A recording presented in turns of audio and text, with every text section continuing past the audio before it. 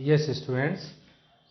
Uh, Today in this video we will start the new exercise 4.4, and in this exercise the first question is find the nature of the roots of the following quadratic equation if the real roots exist. Find them. Yes, first of all we have to check the nature of the roots. देखिए nature of the roots कैसे check करते हैं बेटा. ये हमारे पास first question 2x² minus 3x और +5 is equal to 0. बेटा इसमें a तो हो जाएगा अपना 2 और b -3, ठीक है, और c 5. a x² का कोफिशिएंट होता है, b x का coefficient and c constant term, right. अब कैसे चेक करेंगे नेचर ऑफ द रूट? कैसे आपको बताया था मैंने. डिस्क्रिमिनेंट d की वैल्यू फाइंड आउट करते हैं. b² माइनस 4ac मैं लिख देता हूँ साइड में. इफ b² माइनस 4ac, या शॉर्टकट में लिख देता हूँ d इज ग्रेटर देन 0, तो roots are real and unequal. If d is equal to 0, roots are real and equal. If d is less than 0, no real root exist, right. ये है हमारा nature of the root. तो हम d की value find out करते हैं बेटा. इसमें b² है -3² -4, a है बेटा 2 एंड c इज 5. 9 माइनस कितना हो जाएगा, 4 2 जा 8, 8 5 जा 40, तो ये आ गया -31 आया बेटा. तो since d is less than 0, क्योंकि -31 तो लेस देन 0 है, तो नो रियल रूट एग्जिस्ट. हो गया फर्स्ट पार्ट. सिमिलरली बेटा सेकंड पार्ट देखते हैं. देखो इसमें है 3x² minus 3x² minus 4 root 3x plus 4 equal to 0. तो बेटा इसमें a is equal to 3, b is equal to -4 root 3 and c is equal to 4. Then d is equal to b² minus 4ac, ये -4 root 3² हो गया, is -4, a की value 3 और c की value 4. तो 4 4 जा 16, 16 3 जा 48, माइनस 4 3 12 4 जा 48 इज इक्वल टू 0. तो roots are real and equal. Roots are real and. yes students, now this is the third part of exercise 4.4, question number first. In this question a is equal to 2, b is equal to -6, c is equal to 3. then check d is equal to b² minus 4ac. d को हम क्या कहते हैं, discriminant कहते हैं बेटा, है ना. तो b की वैल्यू -6² -4 इंटू 2 इंटू 3, 6 6 जा 36, 4 2 जा 8, 8 3 जा 24. तो देखो पॉजिटिव बचेगा ना, 6 -4 2 1 12 बच गया ना. तो d की वैल्यू जो है बेटा ग्रेटर देन 0 है. तो roots are real and unequal, right students. Now this is question number 2 of the same exercise 4.4. Find the value of k for each of the following quadratic equations so that they have two equal roots. तो students इसमें equations given है और ये given है कि roots are equal.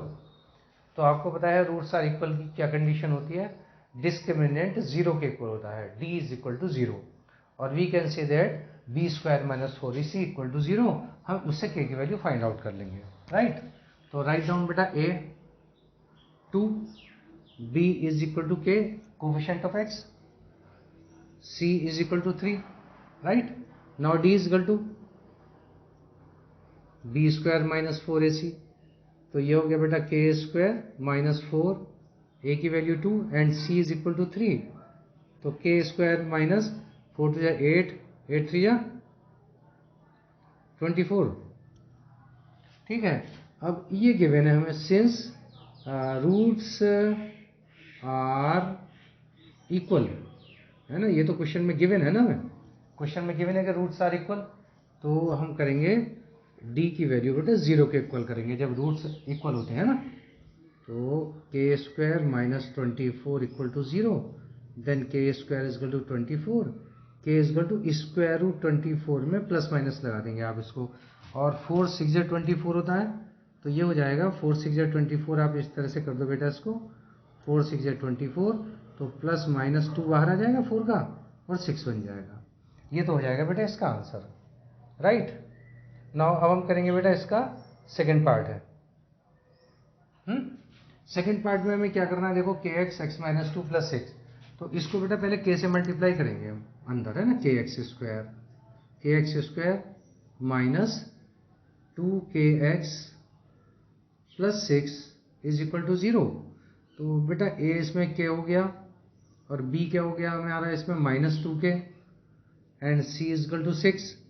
तो find out बेटा d is equal to b square minus 4ac, b minus 2 है, ठीक है। बी की वैल्यू तो जो जैसी जैसी वैल्यूज हम वैसे रखना, तो ज़्यादा भारी क्वेश्चन नहीं है बेटा, है ना। ए की वैल्यू आप इसमें के रखो और सी की वैल्यू 6 रखेंगे हम अपने, तो ये हो जाएगा बेटा 4k square minus 4 6 24k, clear. Now since the roots are equal, equal roots की कंडीशन होती है d is equal to 0, it means 4k square minus 24k equal to 0, taking 4k common, 4k तो कॉमन आ रहा है ना इसमें से, तो 4k जब बेटा कॉमन आएगा तो क्या बच जाएगा, देखो यहाँ पे k माइनस 6 इक्वल टू 0, तो बेटा वन टाइम करोगे k इज इक्वल टू 0 और k माइनस 6 इक्वल टू 0, इससे k की वैल्यू 0 आएगी और इससे k की वैल्यू 6 आएगी। अब आप ये चेक करो, अगर तुम k की वैल्यू यहाँ पे 0 रख देते हैं तो ये पार्ट 0 हो जाएगा, तो क्वाड्रेटिक इक्वेशन तो बचेगी नहीं हमारी, इसलिए इसको तो हम नेग्लेक्ट करेंगे बेटे, क्योंकि क्वाड्रेटिक इक्वेशन हमारी नहीं बन पा रही है। तो k की वैल्यू 6, ये आंसर हो गया हमारा, right.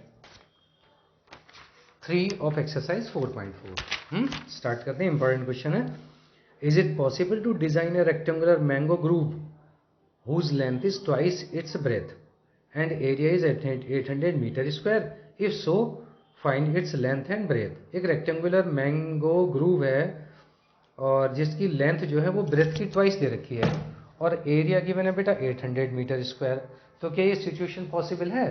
If this situation is possible then find the dimensions of the rectangular garden. तो सपोज करते हैं हम कि क्वेश्चन नंबर 3 है बेटा, let breadth is equal to x, length is equal to 2x, right। Area given है बेटा 800, area is equal to 800, area होता है हमारा L इंटू बी, रेक्टेंगल का है ना 800, तो 2x into x is equal to 800, 2x square is equal to 800, x square is equal to हो जाएगा बेटा 400, तो x इज इक्वल टू हो जाएगा प्लस माइनस 20 आ जाएगा ना 400 का, क्यों? अब देखो माइनस तो हो नहीं सकती ब्रेथ या लेंथ, नेगेटिव तो हो नहीं सकती है, तो देयरफॉर x प्लस 20 हम लेंगे, प्लस वाला लेंगे, इतने मीटर है ना, तो बेटा breadth 20 metre and length double है 2 इंटू 20, इट मीन्स 40 मीटर। अब इसमें एक बात कही थी कि क्या सिचुएशन पॉसिबल है, नहीं है। देखो वैसे तो क्लियर है, पॉसिबल है, तभी तो आंसर भी आ गया, हमें वैल्यू भी निकल गई। लेकिन अगर जो और थोड़ा सा इसमें तो क्वाड्रेटिक इक्वेशन हमारी डायरेक्ट बन गई थी, देखिए x square minus 400 equal to 0, अगर जो हमें वेरीफाई करना है ना कि पॉसिबल सिचुएशन है नहीं है, उसके लिए कंपेयर करो बेटा, ए इज इक्वल टू 1 और बी की वैल्यू तो इसमें 0 है और सी की वैल्यू है माइनस 400, है ना। अगर जो हम इसकी कंपेयर करें a x square plus b x plus c से, तो एक्स स्क्वायर का कोफिशिएंट तो 1 हो गया और बी की वैल्यू इसमें एक्स का कोफिशिएंट है ही नहीं, तो 0 हो गया, और कांस्टेंट टर्म माइनस 400 है, it is c. Now d is equal to होता है बी स्क्वायर माइनस 4ac, तो बी की वैल्यू 0 रखेंगे, 4, ए की वैल्यू 1 और सी की वैल्यू माइनस 400 है ना, माइनस 400, तो 0 प्लस 1600 हो गया ना ये, तो 1600, तो बेटा डी तो ग्रेटर देन 0 हो गया, तो रूट्स कैसे होंगे, रियल भी होंगे एंड इक्वल होंगे, क्योंकि एक d इज इक्वल टू 0 नहीं है, sorry, roots are real. Question 4. Is it following situation possible? If so, determine their present ages. The sum of ages of two friends is 20 years. 4 years ago, the product of their ages is 48 years. ये बताना कि situation possible है नहीं है. सम जो है to friends की as का 20 है बेटा. तो हम सपोज करते हैं let, this is question number 4.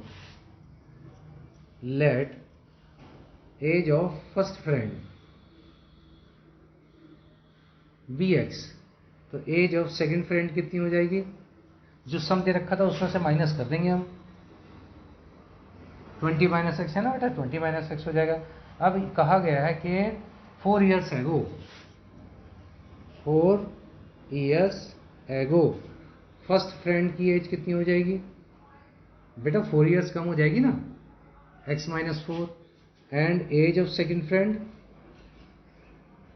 इसमें से 4 कम कर देंगे तो 16 रह जाएगी. 16 माइनस 4 ईयर्स हो जाएगी.